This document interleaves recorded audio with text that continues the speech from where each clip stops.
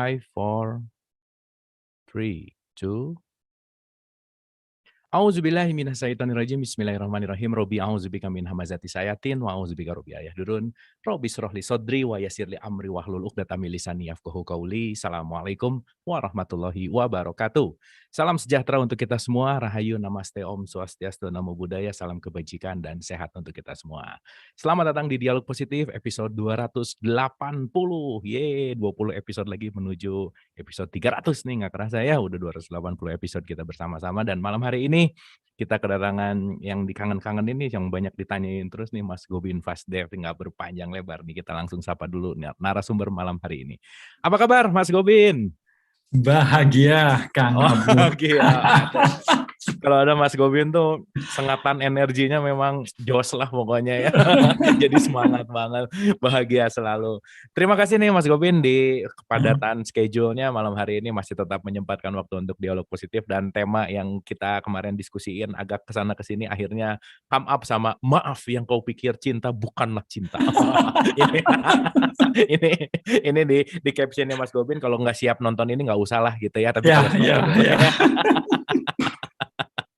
Oke, Mas Gobin, the stage is yours, silakan.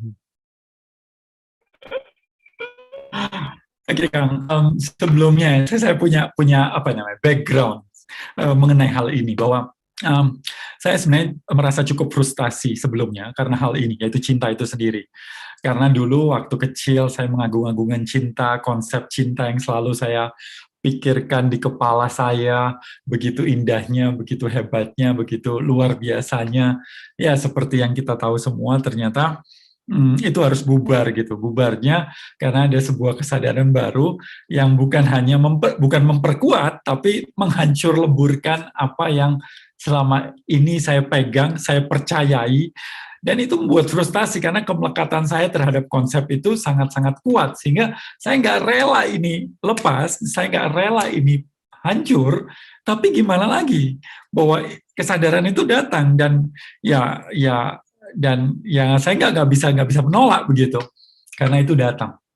Jadi frustasi saya cukup tinggi. Maka itu saya nggak kepingin juga Bapak Ibu yang sekarang atau teman-teman yang sekarang sudah punya konsep yang mapan gitu, yang sudah kuat fondasinya, kemudian mendengar acara ini dan kemudian hancur lebur gitu kan. Jadi frustasi ya.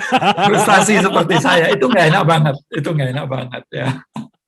Well, ini kita ngomong soal cinta dalam bentuk apapun ya, cinta terhadap anak, cinta terhadap pasangan, cinta terhadap negara, bahkan cinta terhadap Tuhan, dan tentu urusannya dengan agama dan sebagainya. Dan ini super sensitif sih sebenarnya. Saya cukup lama memikirkan apa yang saya ingin sampaikan hari ini gitu ya. Maka itu waktu waktu itu Kang mengusulkan sebuah ide positive thinking itu sudah usang. Saya cukup lama untuk mikir apa ini, tapi saya dalam hati saya kepingin ngobrolin soal satu hal yang diagung-agungkan oleh begitu banyak orang, yaitu tentang cinta itu sendiri. Dan kemudian saya pikir ini kelihatannya ya sudahlah, saya harus mulai berbicara hal ini. Tapi tentu ini bukan sesuatu konsep yang pasti, bahwa mungkin aja kesadaran saya akan berubah di satu hari dan akhirnya ngerubah ini semua juga, bisa jadi. Tapi saya selalu terbuka pada diri saya sendiri dan juga pada teman-teman yang ada di sini untuk menyumbang saran atau pengetahuan yang sudah ada. Well, terima kasih nih, malam yang seru kelihatannya. Seru banget nih Mas Gobin nih. Ini pokoknya yang 205-206 yang datang ini siap-siap frustasi aja habis dari sini. Oke. So saya boleh share dulu ya untuk ininya. Silakan Mas Gobin. PowerPoint yang saya oret-oret nih ceritanya, ya. Oke.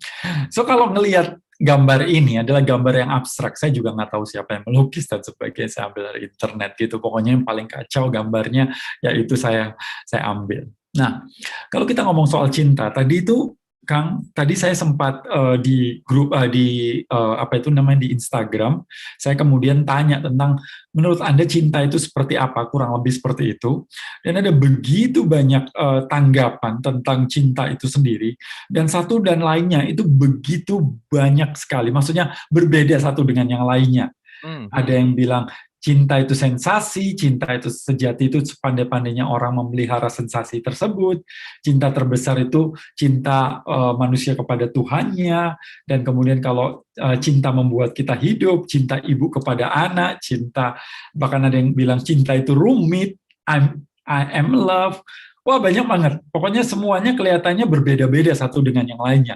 Terus cinta ini apa? Beda kan kalau sekarang kita ngomong sepatu gitu. Semua orang udah tahu nih, sepatu itu bentuknya seperti itu. Dan kalau saya bilang sepatu warna merah, kemudian ada logonya Nike, oh lebih gampang. Apalagi kalau ada nomor serinya, itu udah semua orang akan berpikir hal yang sama seperti itu, seperti ini yang barusan ditempel dan kemudian lepas. Kurang lebih begitulah si cinta itu sendiri. Dia lepas juga seperti itu. Dan begitu banyak konsep abstrak tentang cinta.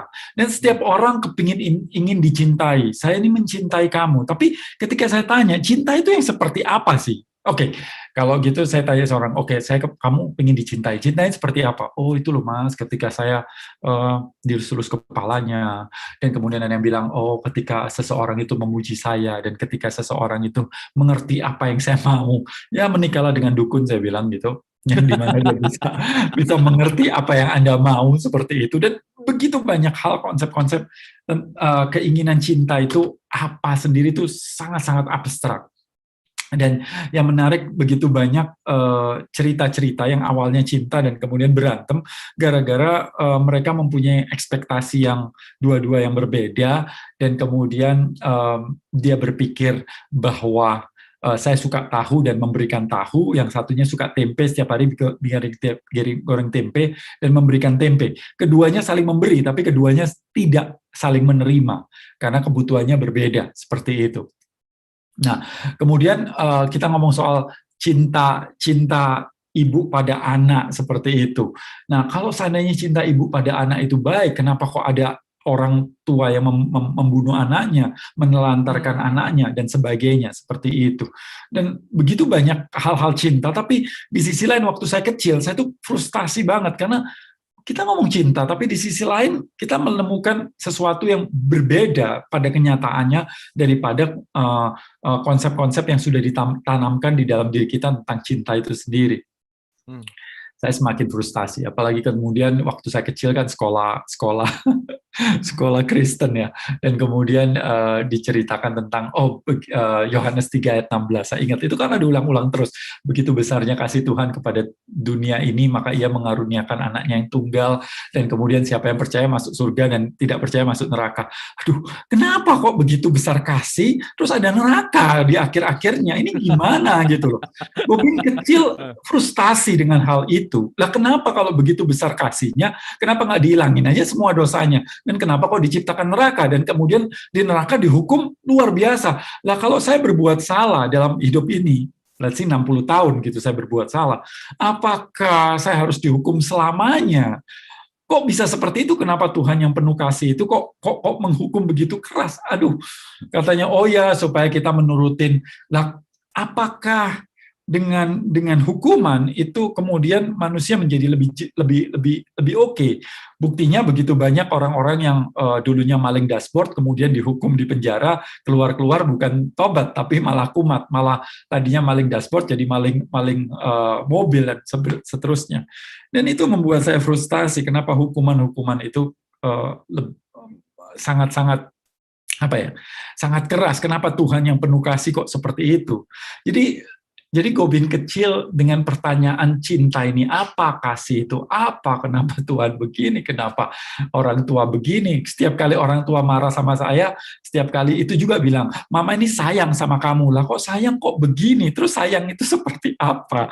Jadi kekacauan luar biasa di dalam kepala saya waktu itu susah untuk terhindarkan. Tapi namanya juga kemudian mulai tumbuh dewasa, mulai remaja, udahlah nggak mikirin itu, mikirin cewek, mikirin senang-senang sana sini, dan terlupakanlah konsep-konsep cinta itu, apalagi terlarut karena hormon-hormon tertentu muncul di kepala, sehingga berpikir bahwa cinta itu selamanya, cinta itu adalah rasa, dan sebagainya, seperti itu.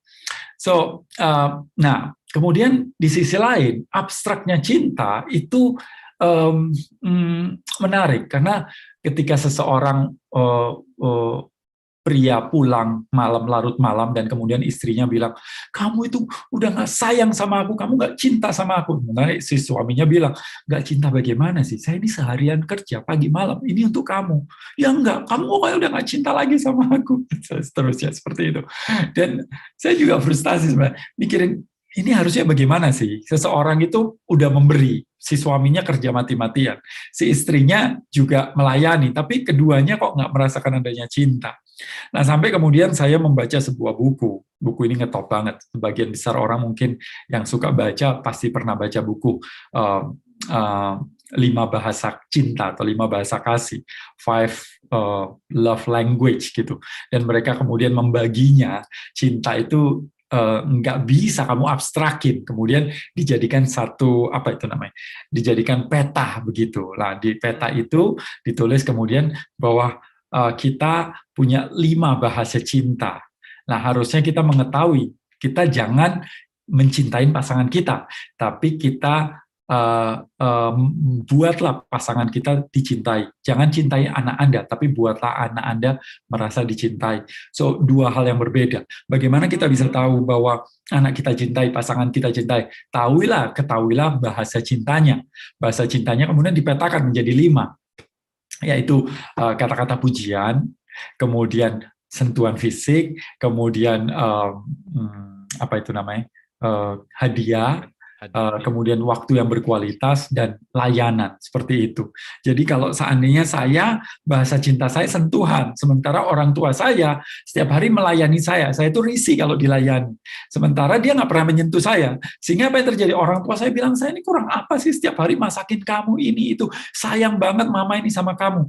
Tapi saya nggak merasakan cinta itu sendiri, seperti itu. Saya nggak merasakan, nggak pernah disentuh, nggak pernah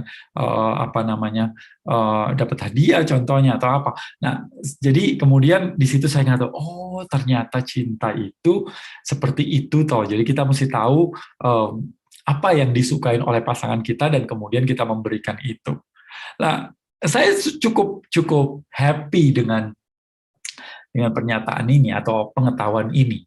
Dan kemudian saya membuat seminar-seminar seperti itu. Tapi di sisi lain kemudian muncul sebuah kesadaran baru. Nah, terus kesadaran itu mengatakan bahwa, kalau gitu apa bedanya dengan kecanduan seperti itu?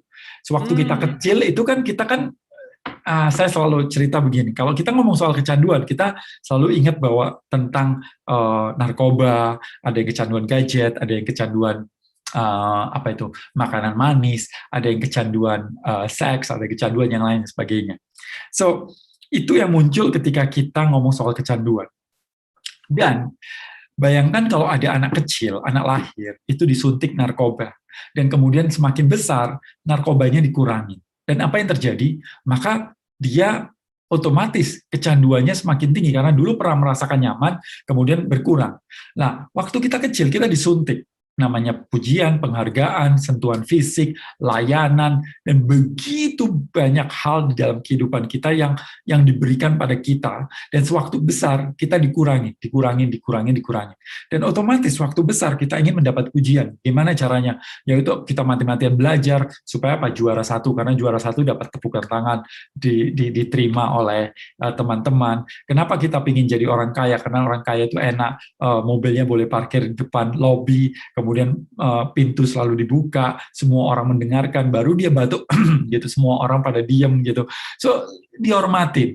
Kenapa pingin cantik? Oh iya, karena semua orang akan melihat kita, badan kita bagus, six pack, itu juga seperti itu. So, apapun yang kita inginkan, itu tujuannya adalah untuk mendapatkan si narkoba-narkoba itu, yaitu pujian, penghargaan, penerimaan, dan sebagainya. Kenapa sih kita pakai batik setiap kali pergi ke kawinan atau resepsi, karena kita perlu untuk penerimaan, karena semua pakai batik dan kemudian kalau kita nggak pakai batik rasanya gimana gitu, supaya kita diterima oleh komunitas itu, kita ingin menjadi sama seperti itu. Tapi di sisi lain kita tahu bahwa kita ingin jadi signifikan juga, batiknya yang bagus, batiknya yang mahal, batiknya yang ukir dan sebagainya seperti itu, sehingga kita sama-sama tapi kita juga ingin signifikan, kita merasa lebih daripada yang lain, so ego kita di situ. So, di situ kemudian terombang-ambing lah pikiran saya tentang cinta. Jadi sebenarnya ini kan kecanduan. Kecanduan kan bukan cinta. Lah, terus ini kan sebuah hal yang apa ya namanya, yang kita terus-terusan kejar seperti itu. Sementara cinta menurut saya harusnya nggak begitu. Itu harusnya tumbuh dari dalam, sebagainya, seperti itu. Nah, kemudian saya menggali ke dalam. Sebenarnya konsep-konsep ini dari mana gitu? Apa yang melatar belakangin ini semua? Dan disitulah kemudian saya mulai melihat bahwa kita itu terpengaruh banget dengan kehidupan sosial kita. Jadi kita ini terhipnosis oleh keadaan lingkungan kita tentang apapun konsep itu sendiri. Nah, siapa yang mempengaruhi? Ya nggak ada lain, adalah lingkungan. Kemudian ini yang film-film Disneyland yang happily ever after gitu ya, jargonnya kan di akhirnya seperti itu. Kemudian yang dulu waktu saya kecil sih nontonnya Bollywood seperti itu, tentang cinta-cinta, cinta itu apa dan sebagainya. Kalau sekarang mungkin teman-teman ngelihatnya drama-drama Korea dan sebagainya seperti itu, dan mengetahui bahwa itu cinta itu apa dan seperti itu. Dan seringkali kan muncul seperti happily ever after. Happily ever after ini kan selalu kalau di Disneyland itu ada Cinderella, ada sesuatu tokoh yang awalnya kacau dan kemudian akhirnya dia mendapatkan impiannya, dan setelah itu begitu menikah selesai. Selesai menikah itu selesai dan kemudian tertulis happily ever after, hidup selamanya bahagia. Tapi kan kita tahu, yang sudah menikah pasti tahu bahwa ketika menikah itu bukan akhir tapi awal dari semua masalah muncul seperti itu. Tapi ya filmnya kan nggak berhenti di situ, seolah-olah jadi kita terdoktrin secara nggak langsung bahwa ketika kita mendapatkan pasangan yang kita inginkan, maka semua masalah itu selesai. Nah, kalau itu terjadi, kenapa lebih dari 50% di Amerika sekarang itu pernikahan gagal seperti itu, dan semakin hari semakin banyak orang yang memutuskan untuk jadi single, semakin banyak orang yang memutuskan untuk tidak bersama lagi seperti itu. Apa yang terjadi seperti itu? Dan kemudian di film-film itu juga ada doktrin-doktrin yang secara nggak langsung adalah kebenaran selalu menang seperti itu. Padahal kita tahu bahwa di dunia ini nggak begitu. Iya, di film iya, atau kalau seandainya ada satu kejadian yang kemudian akhirnya kebenaran menang. Nah, kalau ada dua pihak yang bersengketa, dua-dua berharap, dua-dua yakin itu benar, maka salah satu menang, kemudian dianggap itu kebenaran. Nah, bayangkan ada begitu banyak koruptor, ada begitu banyak pencuri, ada begitu banyak orang-orang yang kelihatannya salah gitu, dan bukan salah, tapi mungkin dia udah salah, tapi apa yang terjadi? Dia bebas. Tapi begitu juga banyak juga kejadian-kejadian yang sebaliknya, yaitu ada orang yang dihukum 40-50 tahun, setelah itu dibebaskan dengan alasan bahwa terbukti bahwa dia tidak bersalah. Nah, apakah orang-orang yang tidak bersalah ini apa itu namanya, patut untuk mendapatkan 40-50 tahun di penjara, sementara mereka yang bersalah bebas, dia nggak mendapatkan, sampai sekarang pun tidak mendapatkan apa itu namanya, hukuman. Jadi kemudian di situ saya bilang, wah, ini ternyata konsep dan konsep yang selalu tertanam di dalam diri kita, dan kemudian kita pertahankan dan kita pikir itu adalah sebuah kebenaran, padahal nggak selalu terjadi seperti itu. Nah, contoh, true love is forever. Waduh, gitu. Ya, love is forever, benar. Tapi ada bintangnya kecil di atas gitu, syarat dan ketentuan berlaku. Itu yang terjadi. Saya selalu bilang love is forever, benar. Tapi if ceteris paribus. Nah, saya ingat nih, sekolah waktu SD, SMP, SMA diajarin hukum permintaan dan penawaran. Itu akan terjadi di tempat yang sama ketika semua hal tidak berubah. Ceteris paribus, yaitu keadaan ekonomi nggak berubah, keadaan permintaan dan penawaran tetap sama, jumlah penduduk sama, jumlah apapun sama. Which is nggak mungkin di dunia itu semuanya sama. semuanya pasti berubah. Jadi love is forever itu ya itu lagi-lagi it's just di kepala kita, konsep kita, dan hanya di itu di dalam film-film saja dan seterusnya seperti itu. Nah, kemudian saya mau berpikir bahwa apakah benar sih kita mencintai? Apakah benar sih manusia ini bisa mencintai setulus hati? Siapa sih yang seperti itu? Dan kemudian saya berpikir-pikir bahwa otak kita ini sudah bukan didoktrin, sudah tercipta dengan dualismenya. Jadi di kepala kita ini walaupun punya kemampuan-kemampuan yang lebih, tapi sebagian besar dari kita itu baik buruk benar salah sudah tertanam sangat-sangat kuat di kepala kita, di benak kita. Sehingga ketika ada sesuatu baik, pasti akan muncul perbandingannya, yaitu buruk, seperti itu. Nah, jadi kemudian saya berpikir bahwa ternyata cinta itu ya nggak ada lain, it's an ego dari kita sendiri gitu loh. Dan satu hal lagi yaitu dagang, nggak lebih dari dagang, yaitu kesepakatan. Nah, kenapa saya bilang begini? Nah, nanti saya jelaskan lebih dalam di situ. Jadi kalau cinta itu adalah ego, maka nggak ada lain. Kita harus memperbesar ego kita untuk memperbesar cinta kita. Semakin besar ego Anda, semakin luas ego Anda, semakin besar juga cinta Anda. Wow, ini kemudian bertolak belakang dengan keyakinan kita. Tapi coba mari kita lihat bagaimana ego itu terjadi. Ego itu apa sih? Ego kan suatu keadaan yang kita terpisah. Pada waktu kita lahir, kita nggak punya ego. Waktu kita lahir, ketika kita bergerak, itu dunia bergerak karena kita dan dunia itu jadi satu dan tidak terpisah. Dan kemudian orang tua kita mulai mengatakan bahwa ini badan kamu, ini kuping kamu, ini hidung kamu dan sebagainya, ini mainan kamu dan sebagainya seperti itu. Dan kemudian setelahnya kemudian kita udah mengetahui bahwa ini punyaku, ini negaraku, ini agamaku, dan ini punya kuku dan sebagainya seperti itu. Dan that's ego. Saya tinggal di Bali, oh saya orang Bali sekarang. Dan kemudian apa yang terjadi ketika Bali mendapatkan peringkat pulau terbaik di dunia, tiba-tiba saya bangga. Padahal saya nggak ngapa-ngapain gitu. Tapi karena saya mengadopsi saya di Bali, saya orang Bali, dan kemudian saya Bali mendapatkan, kemudian tiba-tiba muncul saya bangga. Dan ketika Bali itu mendapatkan predikat jelek, saya tiba-tiba merasa down seperti itu. Padahal nggak ada hubungannya dengan saya. Tapi kita melekatkan pada agama, kita melekatkan pada ini dan sebagainya. Nah, salah satu contoh, ini karena lagi demam bola ya.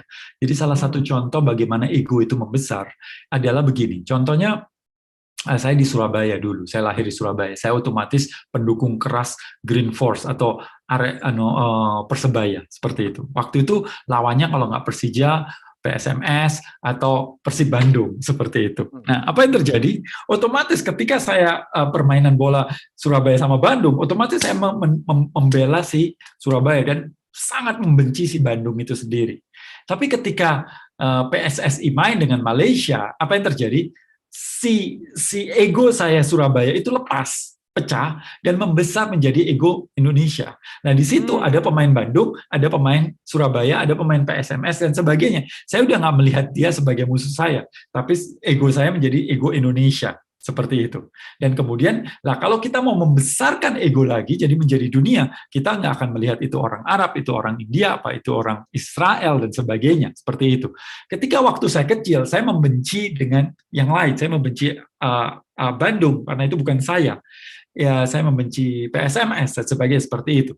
Tapi ketika saya bergabung dengan ego Indonesia, saya masih membenci Malaysia, saya membenci yang lain dan sebagainya. Tapi kalau saya membesarkan ego lagi ke seluruh dunia, maka sebenarnya saya adalah warga dunia. Sebenarnya nggak ada bedanya antara asing atau asing, atau import ada lokal dan sebagainya seperti itu. So itu adalah mencintai dalam arti egonya dibesarin.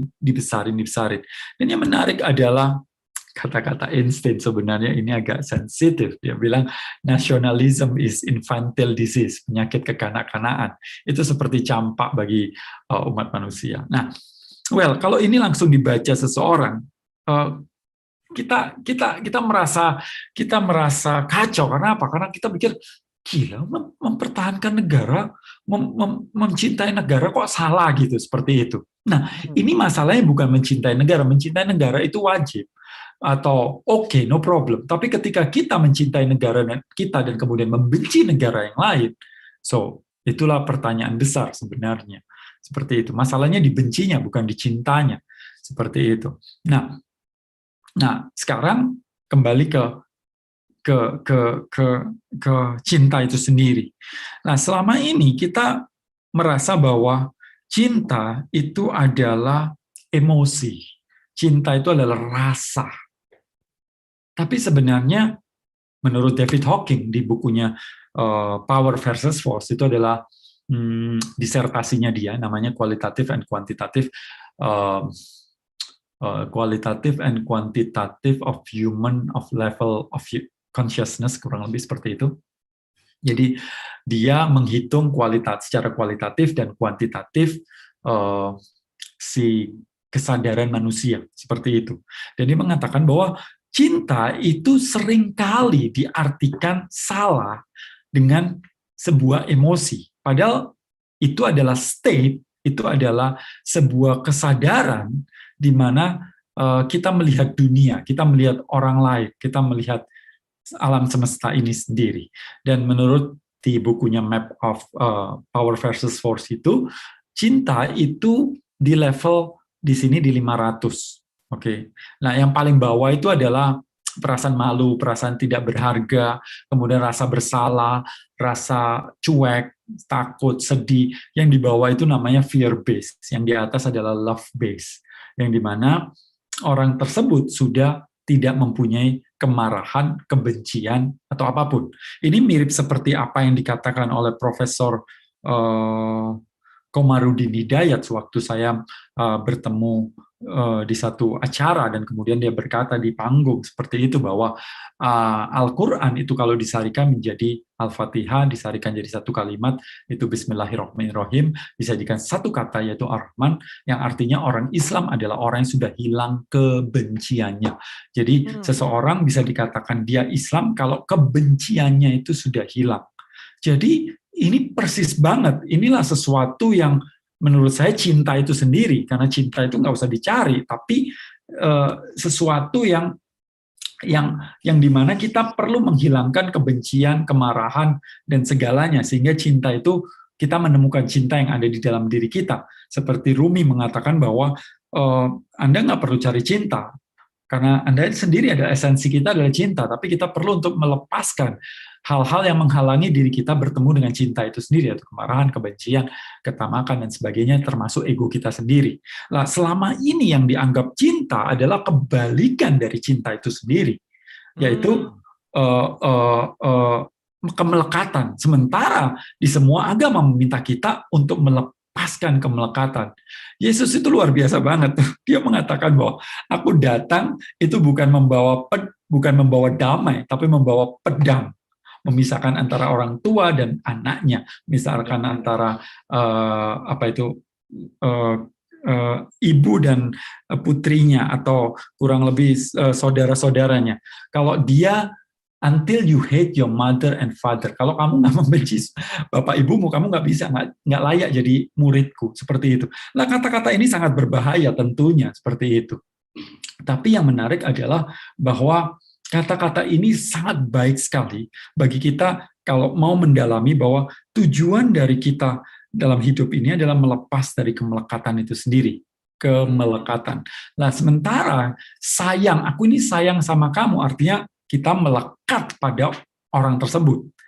Kalau kita mencintai sesuatu, berarti kan mencintai ciptaan, kita melekat pada ciptaan itu sendiri. Sementara di semua agama meminta kita untuk melepas kemelekatan sendiri. Nah, sekarang coba perhatikan bagaimana sih jatuh cinta itu terjadi.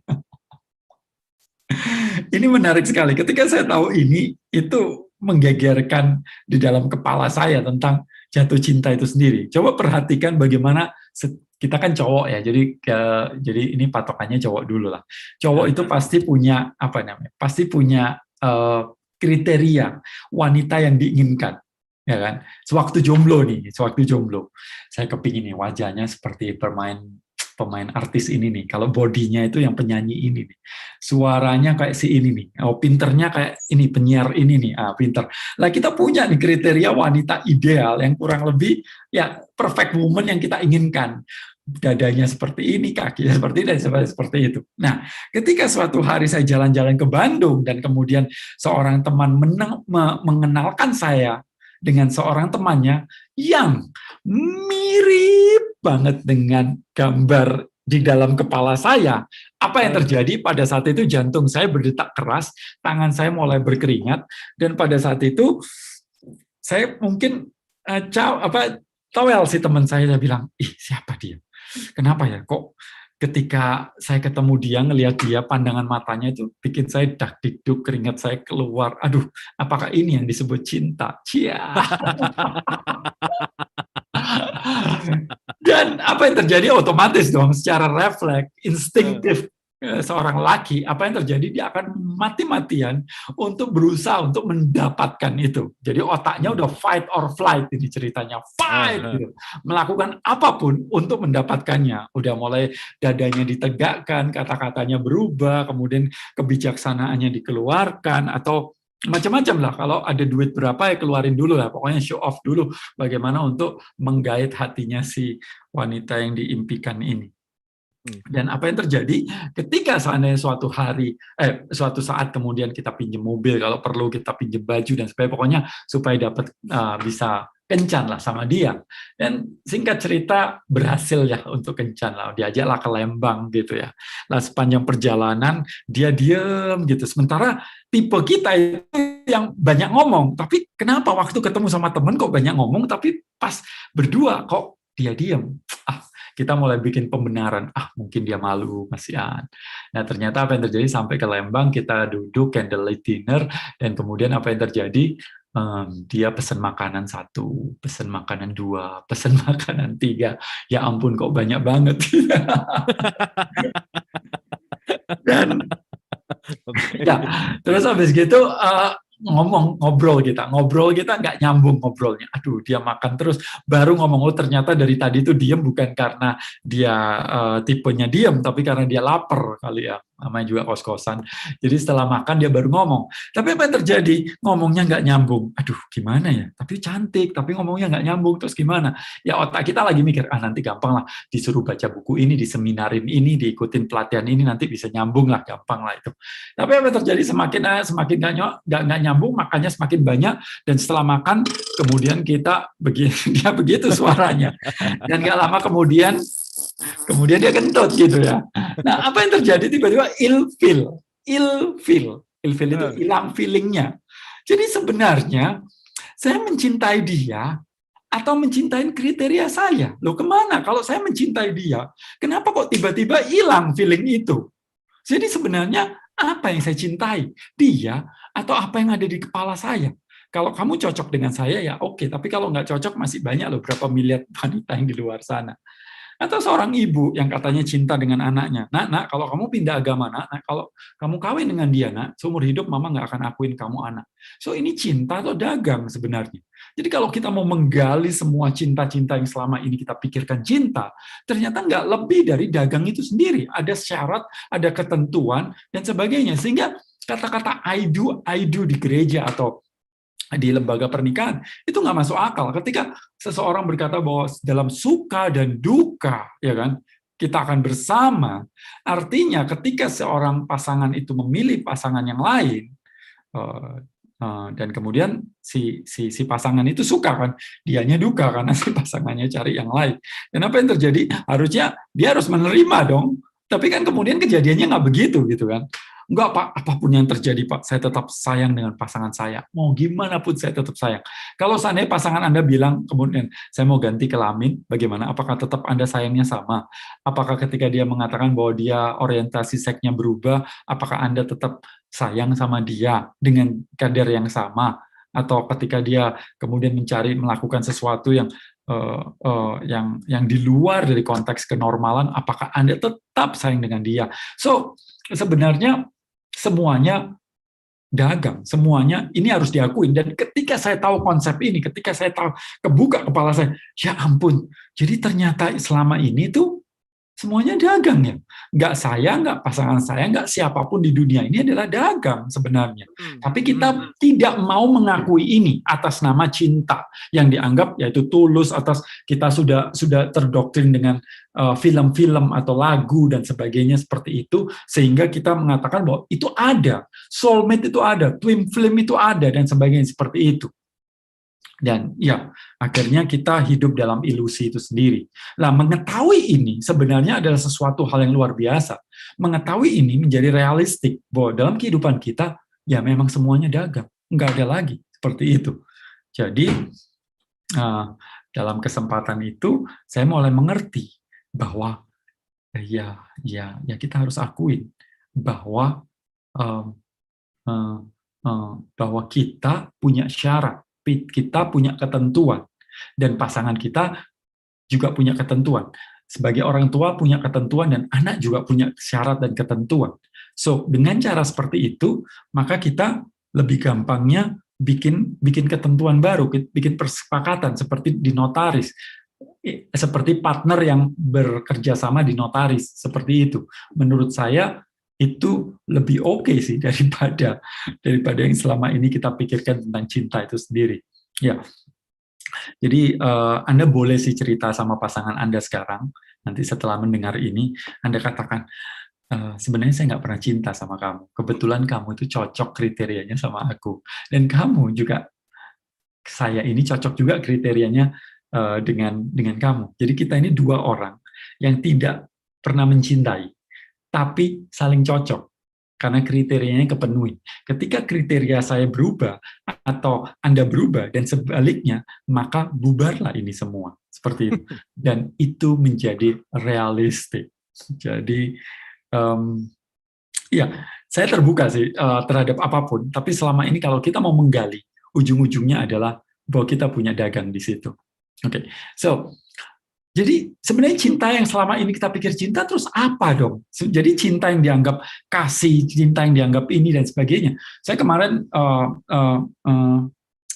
ada beberapa teman yang WhatsApp juga atau DM atau melakukan ini, yang menjawab di Instagram saya, mengatakan bahwa, Pak, cinta kita kepada Tuhan kita, kepada Maha Pencipta, atau yang mempunyai paling cinta paling banyak. Tapi kemudian kan Tuhan itu kan konsep yang di dalam kepala kita yang masih abstrak seperti itu. Nah, lagian kalau seandainya bagaimana Anda menjelaskan tentang seseorang anak yang lahir dengan penyakit tumor, penyakit kanker, ya terus kenapa Tuhan kok memberikan hal itu semua? Terus apakah itu bentuk dari cinta? Nah, tapi kan kita kan manusia, itu kan otak kita pinter banget untuk memberikan makna-makna dan sebagainya. Sebenarnya kejadian semua netral, tapi kan kita maknain seperti itu.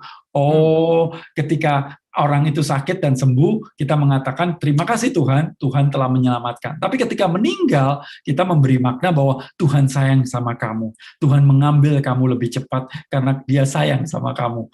Terus bagaimana dengan neraka dan surga? Bagaimana dengan kita ini? Kenapa kok kita menjadi sakit? Kenapa Tuhan kok membiarkan kita sakit? Diambil orang-orang yang paling kita kasihi. Seperti itu. Nah, hal seperti itu akhirnya ketika digali, kita hanya membuat pemaknaan atau dalam bahasa kasarnya pembenaran satu ke pembenaran yang lain. Seperti itu. Nah, sekarang kita selama ini terombang-ambing oleh itu, terombang-ambing oleh cerita-cerita manis dengan pembenaran-pembenaran itu. Nah, apa yang saya mau katakan, kita harus berhenti untuk di step itu, dan kemudian melangkah menuju step yang selanjutnya, yang mungkin lebih pahit, tapi sebenarnya dia nggak pahit, tapi karena kita terlalu sering makan manis-manis, sehingga kita mendapatkan sesuatu yang sehat, akhirnya merasa nggak nyaman. Nah, sebelum itu kita akan bicara tentang otak kita. Nah, sebelum kita ngomong soal cinta yang sebenarnya atau cinta yang menurut agama atau menurut orang-orang para yang lebih ini versi saya ya, tentu setiap orang punya versi berbeda. Nah, kita tahu bahwa otak kita itu punya di kepala kita ini ada 3 otak. Nah, kalau di luar itu ada otak-otak, di sini otak-otak ada 3 ya. Disebut otak reptil, ini otak yang paling lama. Dia mungkin ratusan juta tahun sejak waktu ada reptil itu ada di dunia ini, otak ini udah terbentuk, dan ketika janin itu terbuat, otak yang terbentuk pertama adalah otak reptil. Tujuannya adalah otak reptil ini adalah untuk fight or flight. Ada tujuannya sebenarnya 4F. 4F itu yang pertama adalah nggak kelihatan. Yang pertama adalah feeding, yaitu makan untuk bertahan hidup. Yang kedua adalah fighting, bagaimana kita fight untuk mendapatkan makan waktu reptil itu. Yang ketiga adalah flying, yaitu bertahan hidup ketika ada dinosaurus kita lari, itu bagaimana kita bertahan hidup di situ. Dan yang keempat adalah, Anda tahu sendiri, kalau suatu hari kita akan mati. Maka untuk supaya tidak kita mati, maka kita membuat satu cara untuk bertahan hidup. Bagaimana supaya nggak mati? Yaitu meneruskan keturunan. Membelah sel itu. Sel itu kalau suatu saat dia tidak kuat, maka cara untuk membuat dia bertahan hidup adalah membelah. Nah, ya yang keempat nggak usah disebut. Itu kata-katanya sudah Anda tahu sendiri bahasa Inggris, F bintang-bintang ING. Oke. So, otak yang bagian bawah ini mengendalikan jantung, mengendalikan paru-paru, mengendalikan hal-hal yang ada di dalam diri kita untuk tujuannya bertahan hidup semampu mungkin. Dia tidak berpikir, dia reaktif, bukan reaksi tapi reaktif. Nah, otak yang di atas ini otak mamalia, di mana ada emosi. Nah, senang, sedih, cemas, gelisah, semangat, dan sebagainya. Seperti itu. Nah, disinilah kebanyakan orang berpikir, inilah cinta. Ketika Anda mengharu biru, ketika ada perasaan yang sejuta rasanya seperti yang di film-film, di lagu-lagu itu, maka kita berpikir inilah. Tapi ini sebenarnya masih kawasan di otak yang tengah. Nah, otak primata kita, otak yang di atas ini, itu punya kemampuan yang jauh lebih luar biasa daripada sekedar hanya orang mengatakan ini otak rasional, otak berpikir ke depan, dan sebagainya. Nah, ada 4 kualitas, paling nggak ini menurut Buddha, yang selama ini kita nggak maksimalkan. Yang pertama adalah cinta itu sendiri, atau maitri. Lah, cinta di sini adalah sama seperti yang disebutkan Komoro Dundaya, dan mencintai semua makhluk atau apapun yang ada di kehidupan yang kita bisa lihat. Nah, tapi kan kita kan sudah terkonsep, kalau kita mencintai Arab seolah-olah nggak boleh mencintai Israel, seperti itu. Padahal Arab dan Israel diciptakan oleh pencipta yang sama. Apakah kalau saya mencintai Nabi Muhammad, saya nggak boleh mencintai Yesus, Rama, seperti itu? Ataukah kalau saya mencintai Rama, saya berarti nggak boleh mencintai siapa itu? Musuhnya, yaitu siapa itu yang dari Alengka itu? Si Dasamuka itu, seperti itu. Kenapa seperti itu? Seolah-olah Tuhan itu harus punya musuh. Kenapa kok di-create gitu? Waktu saya mendengar waktu kecil ya, waktu saya SD itu ditanya, diceritain oleh para guru saya bahwa Tuhan Yesus dicobain oleh setan. Saya pikir kok mana mungkin sih Tuhan katanya maha kuasa. Kenapa kok setan mencobai si Yesus seperti itu? Kenapa seperti itu? Dan pertanyaan seperti kenapa kok mau mengambil dosa aja harus melalui salib dan sebagainya. Jadi pertanyaan-pertanyaan liar seperti itu mengganggu saya, cukup membuat saya frustasi waktu saya kecil seperti itu. Nah, kemudian disinilah saya kemudian waktu sekarang berpikir bahwa cinta itu adalah hilangnya kebencian, sehingga saya nggak bisa benci dengan satu kaum tertentu seperti itu. Atau saya mencintai A kemudian tidak suka dengan B. Padahal kalau kita mau melihat, kalau saya lahir di Amerika, mungkin saya akan membenci Afghanistan. Tapi kalau saya lahir di Irak, saya akan membenci Amerika. Tapi sebenarnya kenapa saya kok bisa membenci dan mencintai? Apakah itu benar-benar cinta atau benci itu sendiri? Apakah itu hanya program?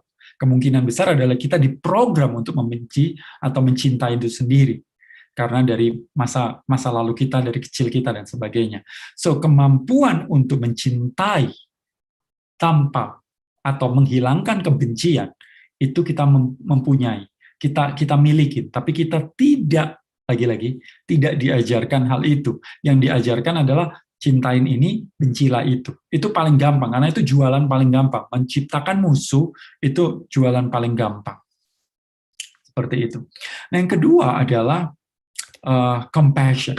Artinya mengambil penderitaan makhluk lain. Nah, saya mau cerita ini sesuatu yang cukup menarik sih. Ketika saya mengetahui ini, saya agak cukup shock gitu.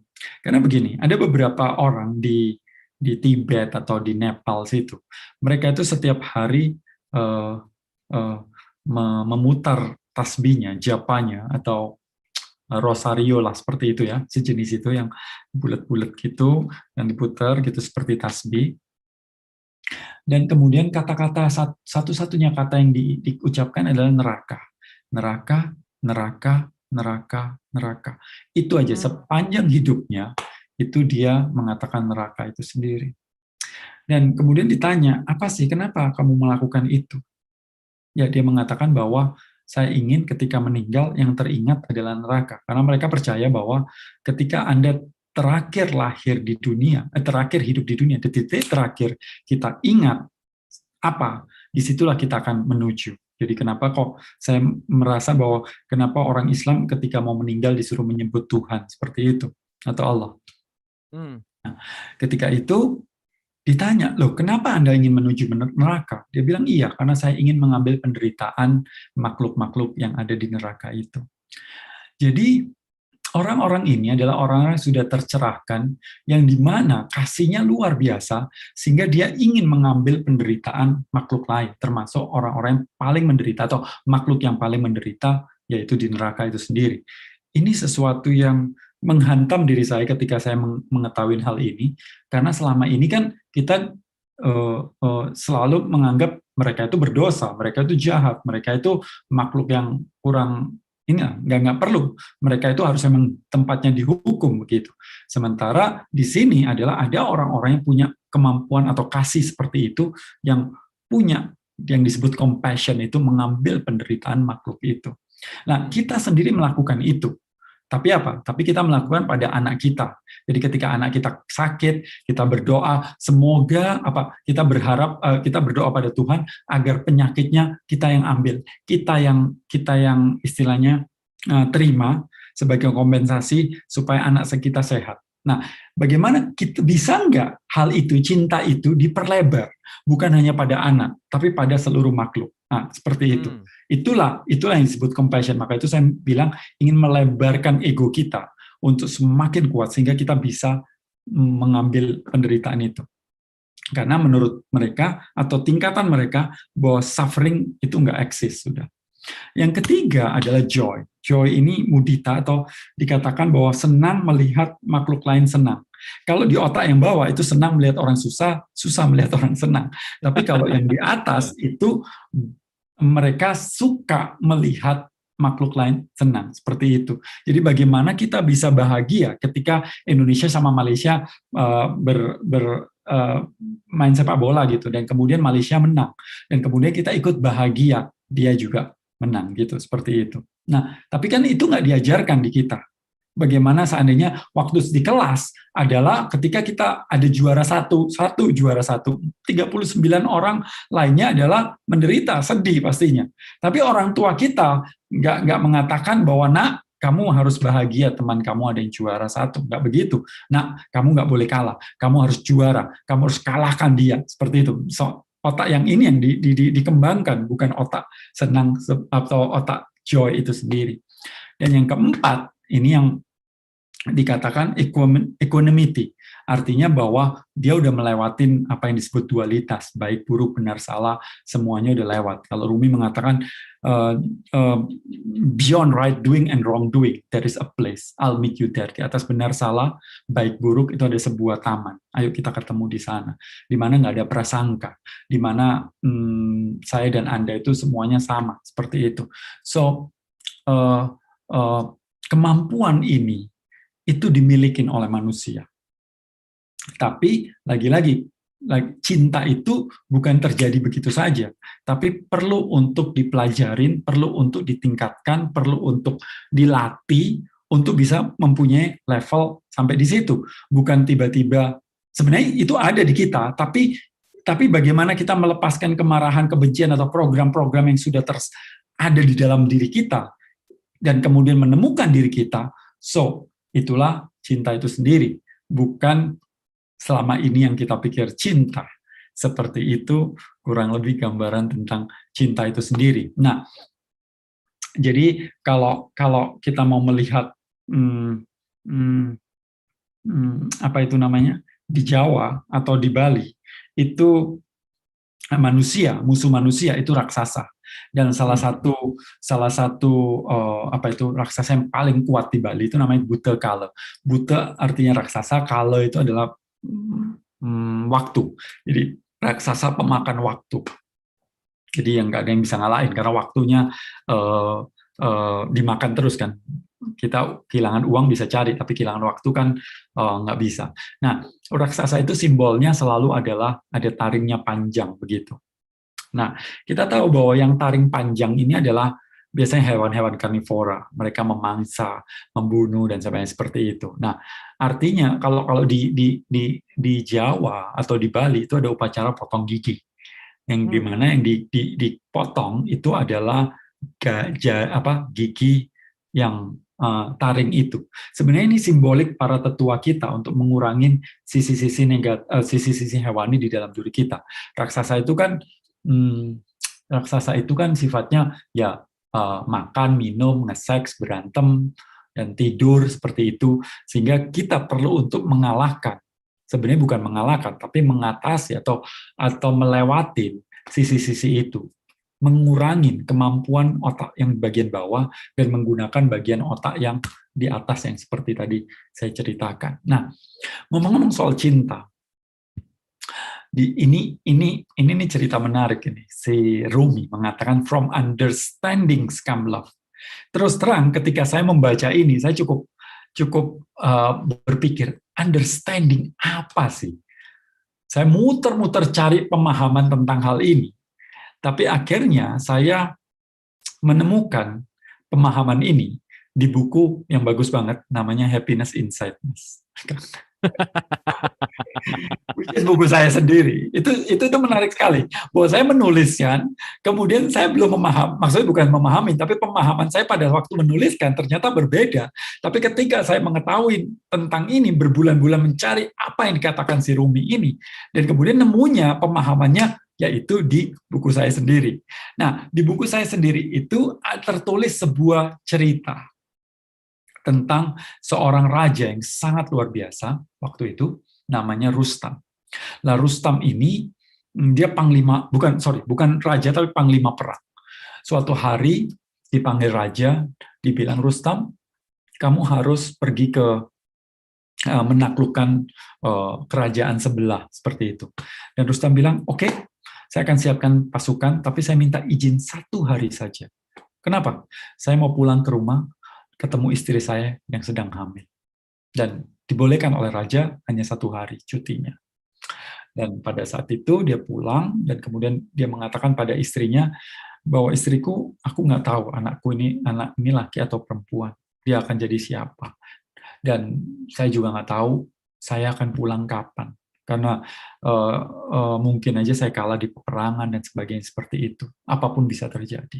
So, saya akan memberikan lencana ini. Dan lencana ini tolong dipasangkan ke anak ini ketika dia udah mulai dewasa. Sehingga ketika suatu hari saya melihat dia, saya tahu bahwa ini adalah anakku. Gitu. Nah, singkat cerita bahwa anak ini dewasa, namun karena dulu itu perperangan sehingga dia harus mengungsi ke negara lain, dan kemudian si anak ini entah genetiknya, entah apanya, dia mempunyai kemampuan yang kurang lebih yang sama seperti bapaknya, seperti itu. Dan dia menjadi seorang tokoh yang luar biasa di negara lain. Dan suatu hari mereka di peperangan bertemulah si ayah dan anak yang namanya Sorhab ini. Dan apa yang terjadi, perperangan itu memakan waktu belasan hari kalau nggak salah, dan Rustam udah kehilangan energi sebenarnya, tapi karena kemampuan pengalaman yang luar biasa, dia mampu untuk menyabet si anak itu sendiri. Dan ketika dia mau menghunus pedangnya di dada si anak itu, tiba-tiba si anak itu berteriak, dia bilang, ingatlah pembalasan dari Rustam ayahku, begitu. Nah, apa yang terjadi ketika namanya disebut, si ayah gemetar keras sekali, dan kemudian dia peluk si anak itu. Dia bilang, dia baru kemudian melihat si lencana yang ada di anak itu. Dan dia bilang, ya Tuhan, ampunilah saya membunuh anak, saya melukai anakku, dan ya dia melakukan apapun untuk bisa membuat si anak ini sembuh. Sayangnya yang megang obat untuk penyembuhan luka itu raja. Dia pergi ke raja, dan kemudian dia meminta raja untuk memberikan obat itu, dan berjanji akan melakukan apapun ketika anaknya bisa sembuh, maka dia akan meminta anaknya bergabung dengan pasukannya, dan dia yakinkan raja bahwa ini akan negara ini akan menjadi luar biasa di bawah kepemimpinan anaknya. Tapi raja bilang, sorry, bagimu itu anakmu, tapi bagiku itu musuh. Dan akhirnya apa yang terjadi? Raja nggak memberikan. Dia balik lagi ke tempat si anak itu, dan anak itu sudah terbujur kaku. Dan si Rustam pun diceritakan kehilangan ingatannya. So inilah kisah dari kita semua. Bahwa kita bermusuhan, kita mengatakan bahwa negara ini, atau kaum ini, atau orang ini, dan sebagainya salah, dan sebagainya seperti itu. Kita membencinya, walaupun kita belum pernah menemuinya. Ya, saya percaya sih orang-orang yang membenci kelompok tertentu. Tapi kan kalau Anda membenci Amerika, Anda membenci Arab, Anda membenci Israel, atau Anda membenci India, Anda membenci, itu kan konsep ya, bahwa India, Amerika, itu kan sebuah wilayah kesepakatan yang dimana sebenarnya nggak ada namanya. Kalau kita mau cari DNA kita ya tersebar di mana-mana. Mungkin orang bilang, oh Gobin orang India, namanya India, mukanya orang India, tapi ketika diambil DNA-nya, saya mungkin ada Afrikanya, ada Eropanya, ada ini, dan sebagainya seperti itu. Sehingga akan sulit sebenarnya menyebut saya orang India atau orang apa, seperti itu. Apalagi sekarang, semakin menyebar seperti itu. So, satu itu. Dan ketika kita menghilangkan konsep itu, sehingga kita melihat manusia lebih dalam lagi, bukan hanya sekedar KTP agama atau kebangsaan itu sendiri, seperti itu. Nah, Pak, tapi kan ada orang yang menyebalkan, ada yang menyakiti, ada negara yang seperti ini dan sebagainya. Betul sekali, itu nggak bisa dipungkiri. Tapi bedakan antara pain, sakit, dan suffering. Ketika kita menyadari bahwa seluruh bagian dalam kehidupan dunia ini adalah saudara kita, atau satu keluarga, satu badan, maka sebenarnya tidak ada satu orang pun yang bisa menyakiti kita. Bisa dalam arti menyakitin secara fisik bisa, tapi secara mental itu enggak. Contoh yaitu bahwa ketika si Rustam melihat Sorhab, mereka saling membenci seperti itu. Tapi ketika dia tahu bahwa ini adalah bagian dari diri saya, kebencian itu hilang. Seperti itu.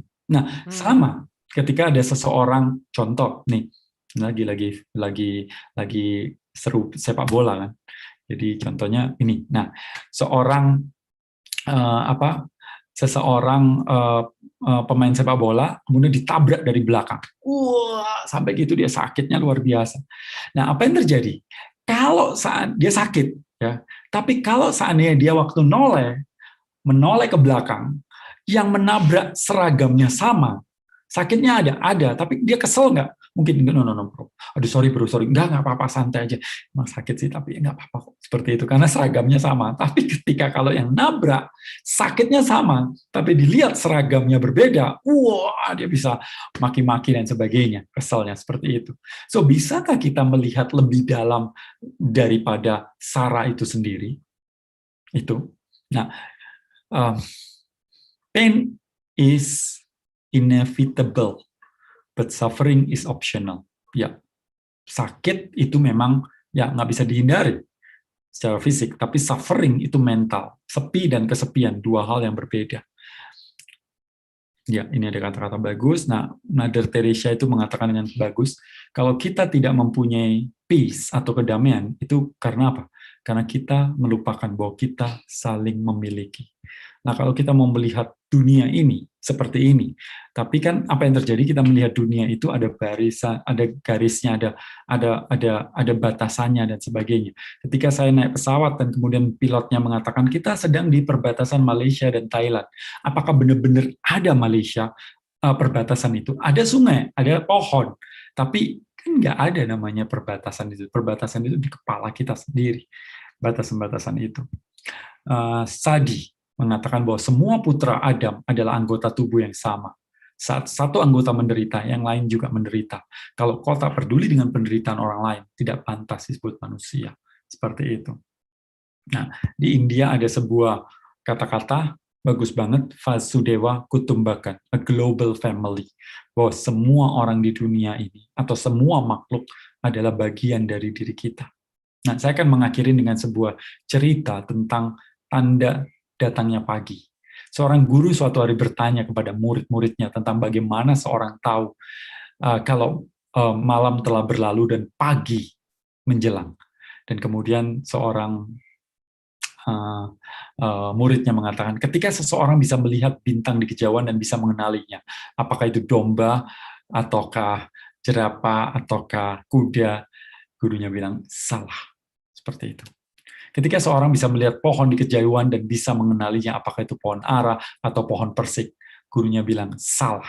Dan kemudian muridnya berkata, lalu apa? Tanya murid-muridnya. Jadi kapan sebenarnya waktu bisa dikatakan pagi? Dan kemudian gurunya mengatakan, ketika kamu dapat melihat muka dari sesama manusia dan melihat mereka sebagai saudara sendiri dan bukan lagi sebagai musuhmu. Karena sebelum kamu mampu melakukan itu, tak peduli jam berapapun itu, hari masih malam.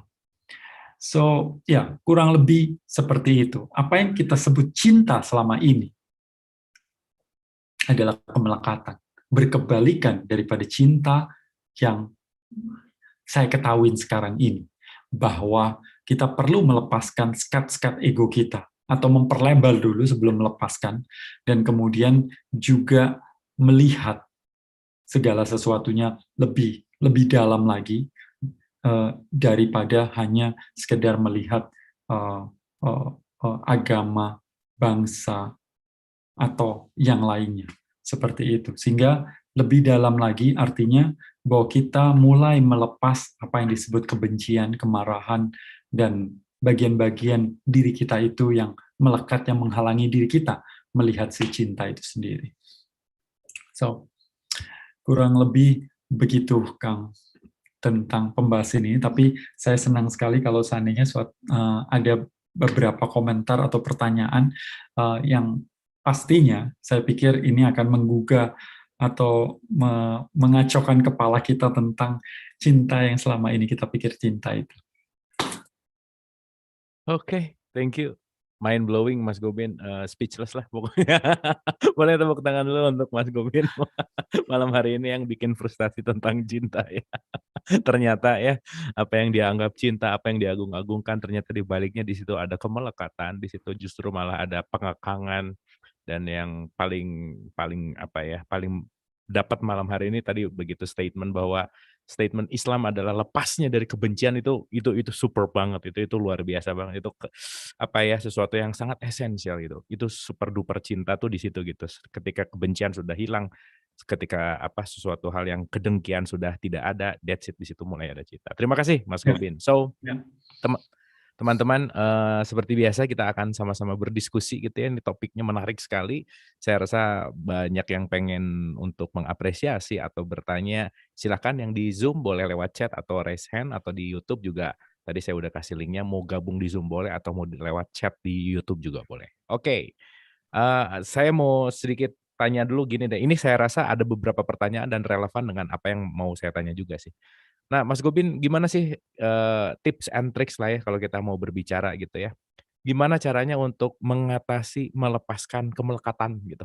Practical way-nya dan, apa namanya, apa sih yang harus dilakukan ketika justru mencinta itu bukan untuk mau jadi melekat gitu, tetapi, untuk good things gitu, untuk sesuatu yang lebih baik gitu. Gimana Mas Gubin? Silahkan. Well, sebenarnya banyak caranya. Banyak orang mengatakan begini, waktu waktu saya em, banyak teman ketika saya kehilangan handphone gitu ya, dan kemudian teman bilang, "Aduh Bin, lu kok santai sih? Gue yang stres, lu yang santai, handphone handphone hilang gitu dan sebagainya." Seperti kan ada berapa ribu kontak, ada ini, ada itu dan sebagainya. Nah, terus jawaban saya sih sebenarnya begini, wah saya ini orangnya teledor banget. Dari kecil memang sering kehilangan gitu loh.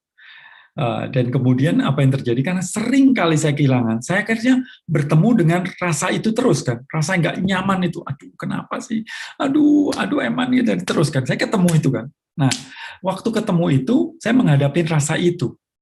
Nah, apa yang terjadi karena sudah terbiasa dengan rasa itu, maka ketika itu terjadi, maka saya nggak merasakan kesedihan seperti banyak orang yang nggak pernah berlatih. Intinya cuma satu sih, kata-katanya yaitu berlatih. Lah berlatih apa? Berlatih untuk macam-macam. Ketika kita meditasi, kita berlatih untuk melepas dari pikiran-pikiran kita. Jadi contohnya kan begini, salah satu meditasi yang selalu diajarkan, nah, kenapa saya nyebut Buddha berapa kali tentang meditasi ini? Karena begini, karena banyak sekali menurut saya ya, semua orang-orang suci itu bercerita tentang bagaimana melepas kemelekatan. Tapi detailnya kan kan agak-agak sulit tuh, dibilang ikhlas, berserah. Tapi gimana caranya ikhlas berserah itu? Itu sesuatu yang ini. Nah, yang salah satu yang saya tahu mungkin pasti banyak, kan Islam juga banyak tingkatannya, karena saya belum belajar sampai di situ sehingga saya nggak belum bisa menguraikan dengan detail. Mungkin yang saya tahu adalah di Buddha itu ada dua jenis meditasi, dibagi dua, yaitu samatha dan vipassana. Samatha adalah yaitu kita coba bayangkan gini, otak kita, kepala kita itu bagaikan kolam lumpur yang bergejolak. Oke. Nah, kemudian kalau lumpurnya bergejolak, kita nggak akan bisa melihat kejelasan di dalamnya ada apa. Nah, kita perlu untuk menenangkan si gejolak ini, sehingga airnya bening. Seperti itu. Nah, menenangkan ini disebut samatha. Tapi kemudian ketika airnya bening, kita bisa melihat ke dalam.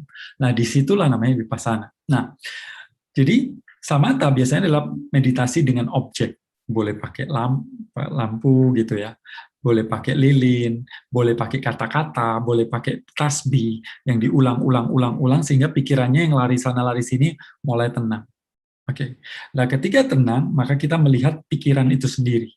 Nah, bayangkan gini, kalau kita di dalam sungai, kita nggak akan bisa melihat sungai. Kalau kita keluar dari sungai, kita bisa melihat sungai itu sendiri.